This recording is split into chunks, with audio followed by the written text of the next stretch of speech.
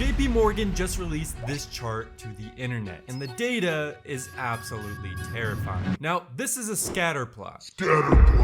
What this chart shows is the correlation between the price you pay for the S&P 500 and the expected average returns you're likely to get over the next 10 years. And it just so turns out that if things are more expensive, your returns have a negative correlation. Meaning, the more expensive the S&P 500 is, or the higher the PE ratio, the more likely you are to lose over a 10-year span, which makes a lot of sense. But this is when things start to get a little bit eye-opening. If you look closely at the chart, the moment the PE ratio gets to 23, there were no exceptions. Your analyzed return over the next 10 years was always negative, meaning you're basically buying the top. And what's the current PE ratio of the S&P 500? 29. Does this mean that the stock market is going to crash tomorrow? Does this mean it's time to sell? No, we still have plenty of room to go up. But what it does show us is that currently stocks are expensive, and with that information, you should be positioning accordingly.